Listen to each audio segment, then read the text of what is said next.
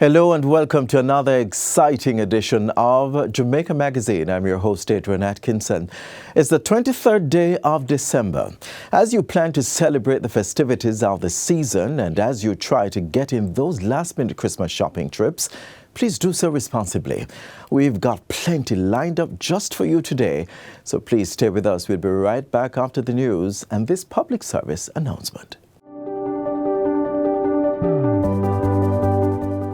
This Christmas, choose life. As we recover from Hurricane Melissa's devastation, we're reminded that life is fragile. Pedestrians, stay alert. Drivers, slow down. Rest if you're tired, and never drink and drive. One careless decision can change a family forever. Let's have a safe and prayerful Christmas and a crash-free 2026.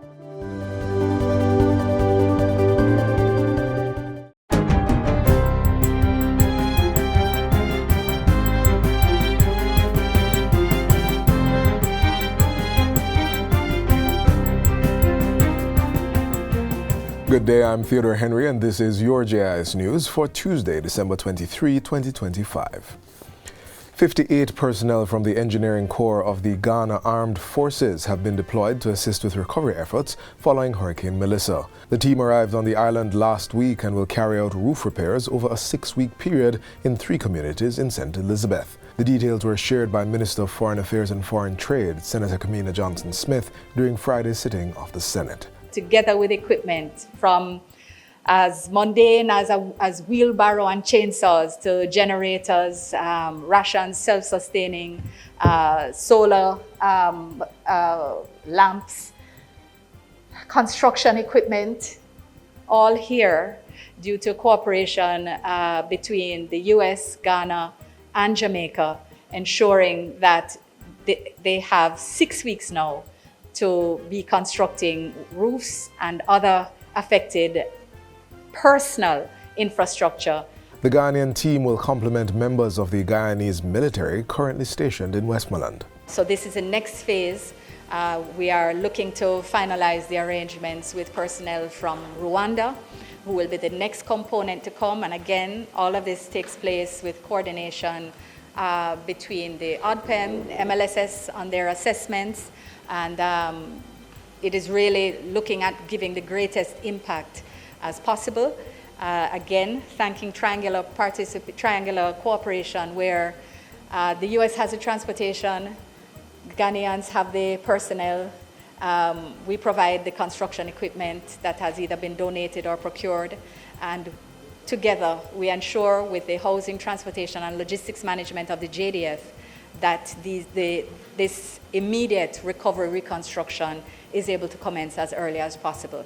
Over 600 businesses across Trelawney, Hanover, St. Elizabeth and St. James have received direct assistance as the government intensifies support for micro, small and medium-sized enterprises, MSMEs, following Hurricane Melissa. The support being led by the Ministry of Industry, Investment and Commerce includes resilient reconstruction of small shops and targeted distribution of generators. State Minister Delano Siverite says this will facilitate the operation of grocery shops and cold storage for MSMEs in Western Jamaica. The focus is simple. It's get businesses reopened, protect jobs and help communities stabilize. We will continue working with urgency to ensure that the productive sector recovers and emerges stronger. Mr. Siverite says agencies within the ministry continue to implement initiatives to aid in the quick recovery of MSMEs. The Jamaica Business Development Corporation, JBDC, has been carrying out damage assessments, facilitating client reconnections, and has established an emergency help desk under its Build Back Stronger program. In addition, the National Export-Import Bank of Jamaica, Exim Bank, has implemented flexible recovery measures such as loan moratorium, fee reductions, and expanded access to credit for affected businesses. The Ministry of Agriculture and Fisheries continues to receive relief items to assist farmers and stabilize supply and productivity within the sector. Last week, Hypro delivered items valued at $5.5 million. This included broiler chicks, chicken feed, animal feed supplements, and chicken wire. The company also provided support for vegetable and livestock farmers, such as seeds, agricultural chemicals, fertilizers, and feed for goats and pigs.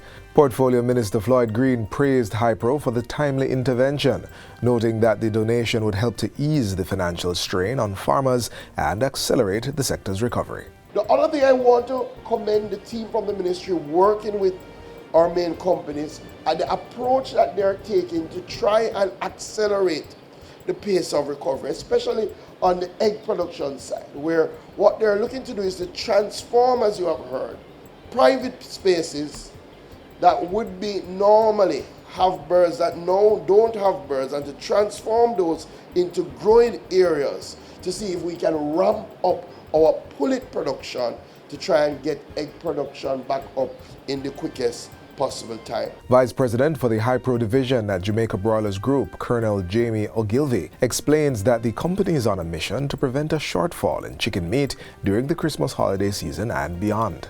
We know that the loss has meant that more demand is going to come because people need to replace their birds quickly, and so we are on a very aggressive program to increase the availability of birds to the market in 2026. This latest contribution forms part of Hypro's ongoing recovery support, with the company revealing that more than $80 million in direct agricultural inputs have been provided to the sector since Hurricane Melissa. With an increase in commercial activities and spending, business operators and individuals are being urged to look out for counterfeit notes at this time. Commanding officer in charge of the Newport West Police Formation, Superintendent of Police Rochelle McGibbon-Scott, says there is a slight uptick in counterfeit U.S. notes along the wharf. She's urging operators to exercise due diligence by conducting the required scanning of the notes, and also warns against making change for notes without a purchase. For customers, somebody might just come and say, hey, can you just change this $100 for me because, you know, where I'm going to do business, they're not taking the US. And in a rush and wanting to help and the spirit of the season, we might find ourselves losing $15,000. And for the business operators as well, don't take anything for granted. Once persons come to you with these US notes or any note at all, even Jamaican, these 5,000 notes, ensure that you have your machine that can detect whether it is authentic or not. Superintendent of Police McGibbon-Scott is asking persons and operators not to make an alarm when fraudulent notes are detected, but discreetly contact the Newport West Police at 876-412-9210. And finally, Christmas came early for 4 families in Clarendon North Central on Friday. Cynthia Johnson, Maudlin Simpson Needham, Angela Booth, and the Grayson family all received brand new homes courtesy of the new social housing program, NSHP. Prime Minister Dr. Andrew Holness says while work to rebuild areas devastated by the hurricane continues, the government is also working simultaneously to assist other disenfranchised Jamaicans. We are happy to be continuing with our new social housing program to provide much needed housing for families like Maudlin's who are not employed, have no income, and whose circumstances are such that everyone in the community agrees that their housing, their shelter situation needs attention. The beneficiaries expressed gratitude for their timely fortune. Because where I was living, when rain fall, mud, I didn't have a good bathroom or a good toilet. So the rainfall is pure mud, right but in the ceiling. So I'm grateful to everybody who would make it possible for me. The house that get it was very bad, very, very bad. I had to sometimes put bath to catch the water because it was leaking so bad. And some part did break down, it fall. The zinc get bad up there and it fall. And thanks be to God I come through. And that's it for JIS News today. I'm Theodore Henry. Thanks for watching.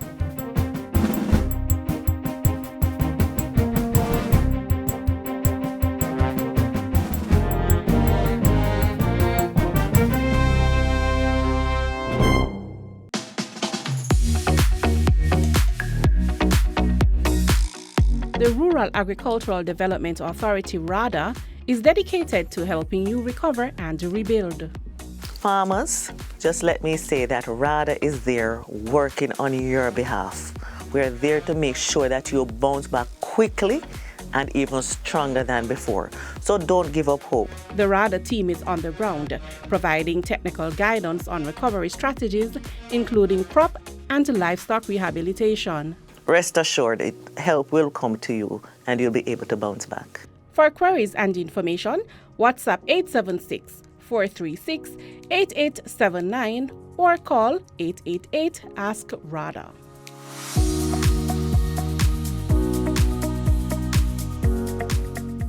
The streets are busy, especially at this time of year, but as we travel daily, let us remember to take care of each other on the road, whether you're driving, riding, or simply a pedestrian. In this next feature, we look at the importance of wearing a helmet.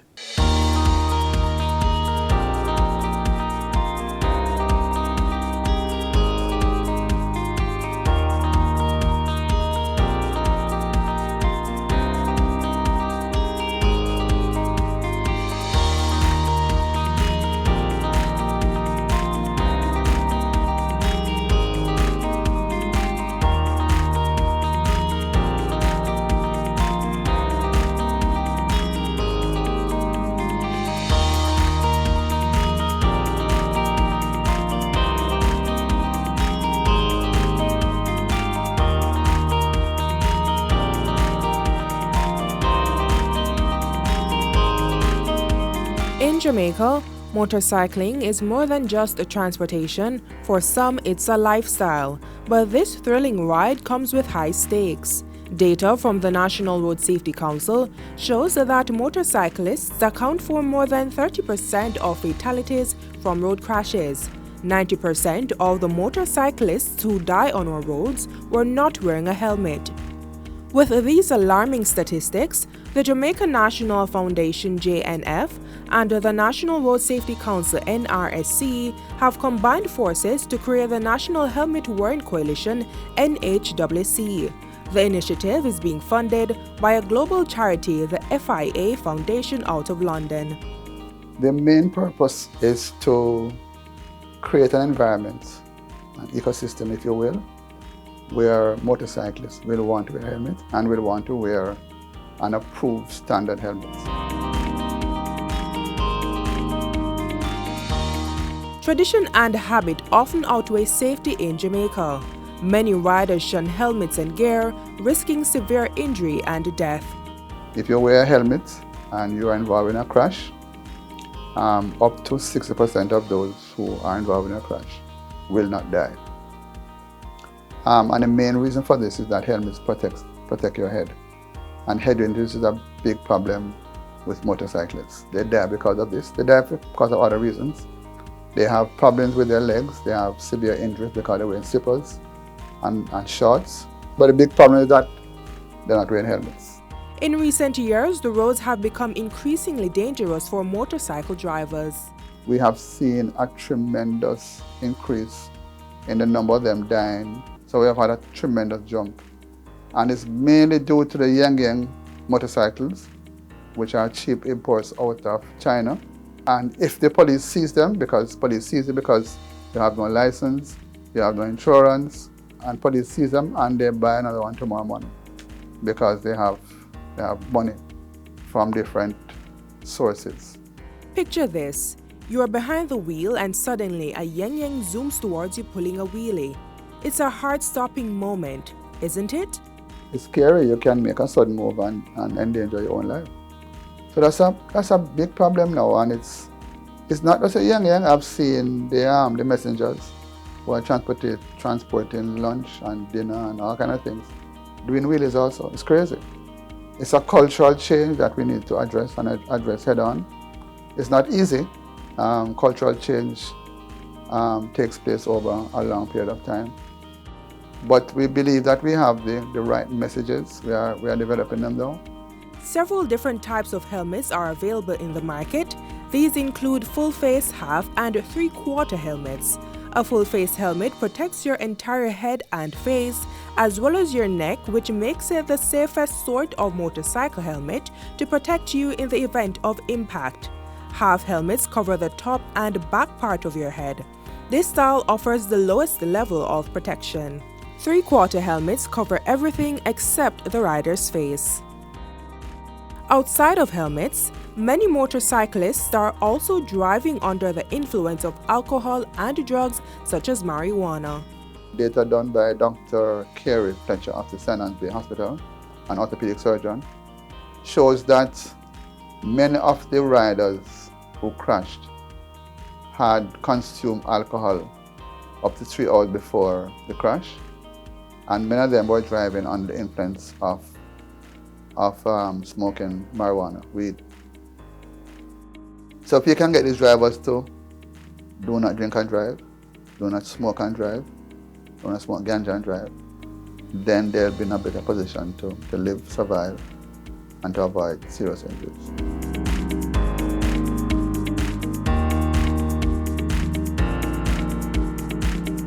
The Coalition's response: comprehensive training programs teaching new riders the skills they need to stay safe. Many of the motorcyclists are not trained to ride a bike. They buy a bike, they often don't buy a helmet. There's no law that stipulates that you must buy a helmet. Most of these are young people, 18, 19, 20, you see them around. They have no insurance.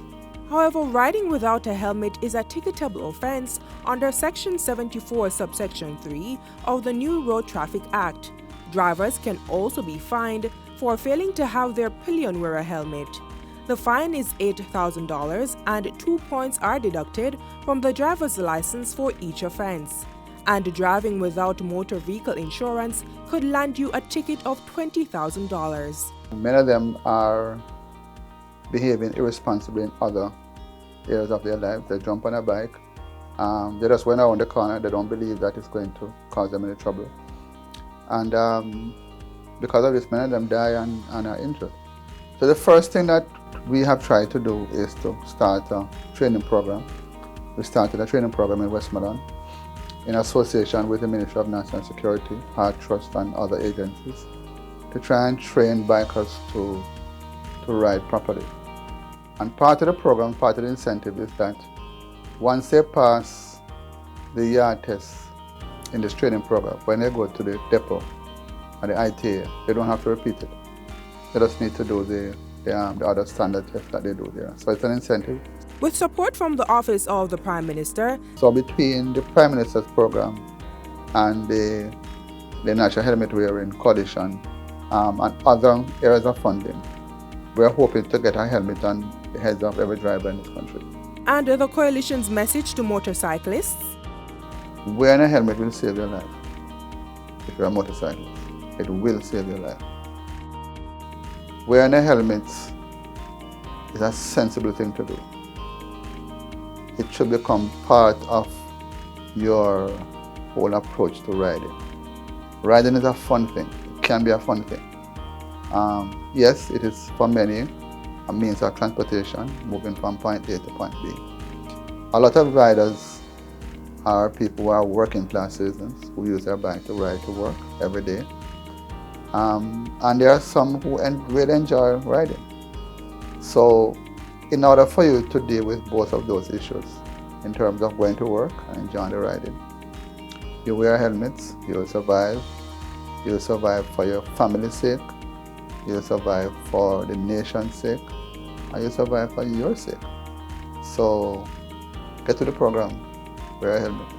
Ride safe, Jamaica, for your family, your nation, and yourself. Wear a helmet.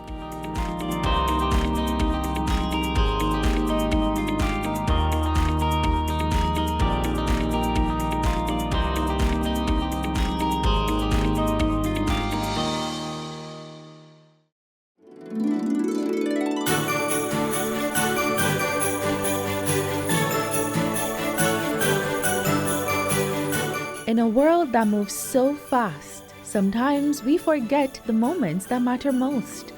Time waits on no one, and life can change in a split second.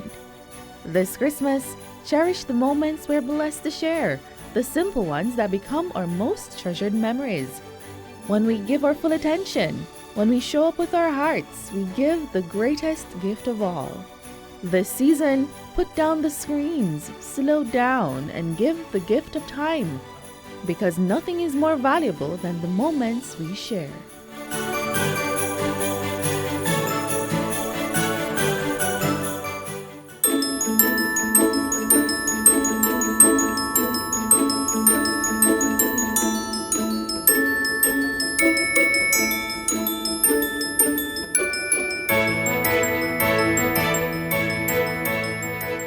It's Christmas in Jamaica, and you know what that means. Food, fun, and plenty of festive vibes. If you're celebrating Christmas the Jamaican way, here are 5 must-haves that will make your holiday one to remember. First up, the Christmas ham. For those who partake, no Jamaican holiday dinner is complete without this beauty. Glazed with sweet pineapple juice and cherries on top, it's a feast for the taste buds. With the ham, or alternative meat of your choice, be sure to plate a serving of gongo rice and peas. The combination of creamy coconut milk creates a dish that's comforting, flavorful, and absolutely essential. We don't play when it comes to this dish. It's a must-have at this time of year. Pair it with some veggies, potato salad, or any other side of your choice. And what goes better with that dish than a tall glass of sorrel? Made from the vibrant sorrel plant, steeped with ginger, cloves, and cinnamon, this tangy drink will cool you down and spice up your holiday celebrations.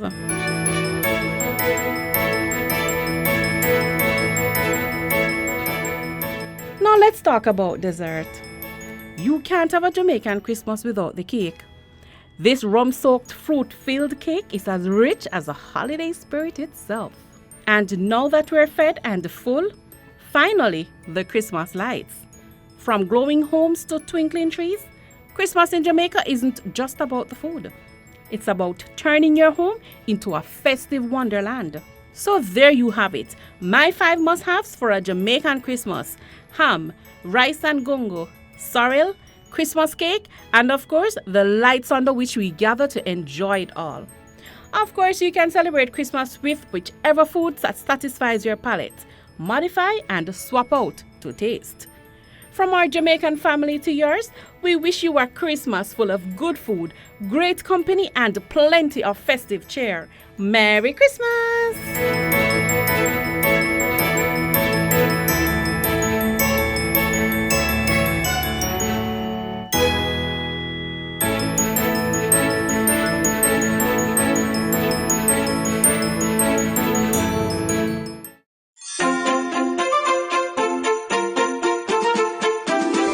Brighten your home this Christmas, take 1 minute to check your lights. Look for frayed wires, broken bulbs, and damaged plugs. If it not looks safe, throw it away. And remember, never overload your outlets. 1 socket, 1 plug at a time. This Christmas, protect your family.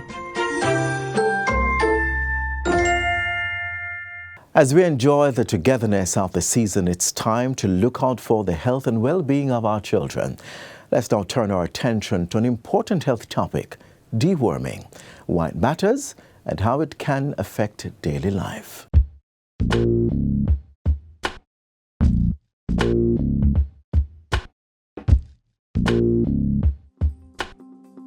Deworming is the process of giving worm medicine to an individual to get rid of parasites such as roundworm and tapeworm. While the focus is usually on children, adults should also be dewormed. Consultant pediatrician at the Bustamante Hospital for Children, Dr. Sandrika Young-Peart, tells us why this process is important, signs to look for, and the impact of these worms to our health. When we talk about worms, we're talking about multiple different types.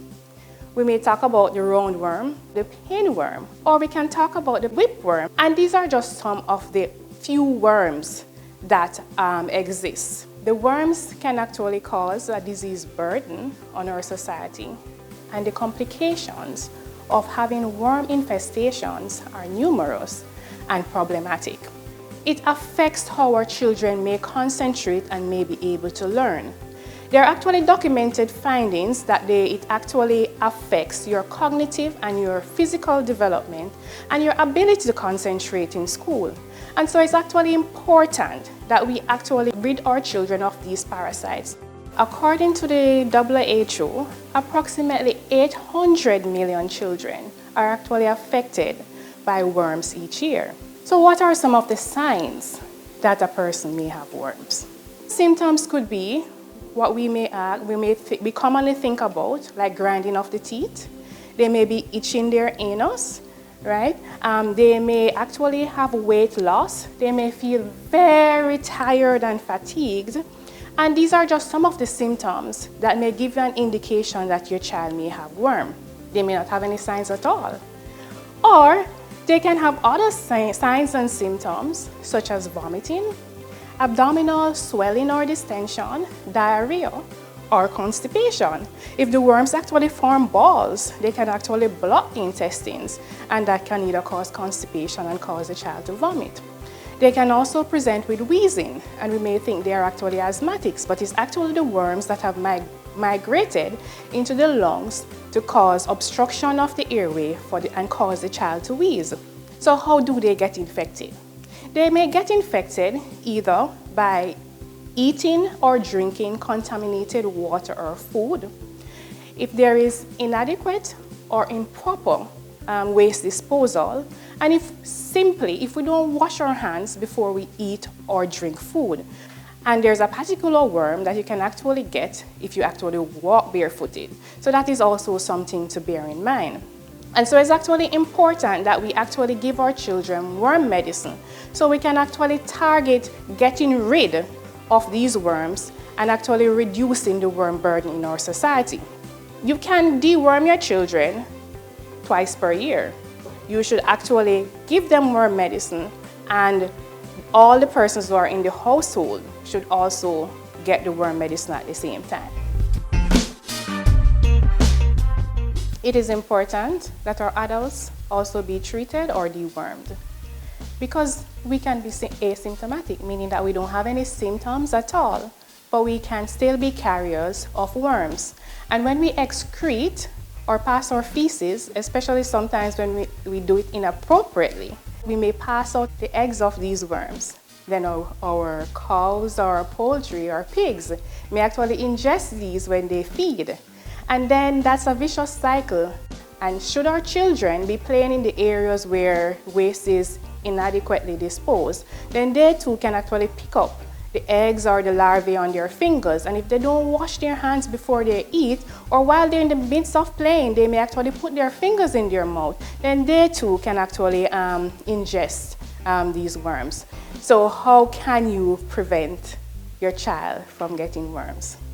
It's difficult, but there are some basic tips that we can actually do to reduce the chance of our children getting these serious worm infections and having the complications.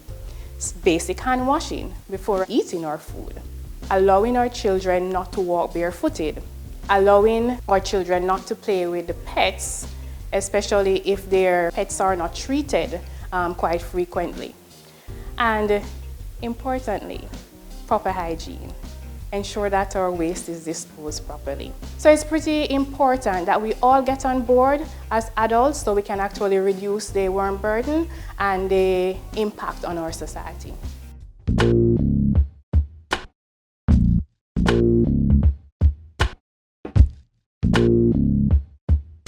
And that's it for today's edition of Jamaica Magazine. Do join us again tomorrow for another informative show. Remember to visit our website in the meantime at jis.gov.jm for more news you can use. On behalf of the entire team, I'm Adrian Atkinson, wishing you a very Merry Christmas, and do stay safe.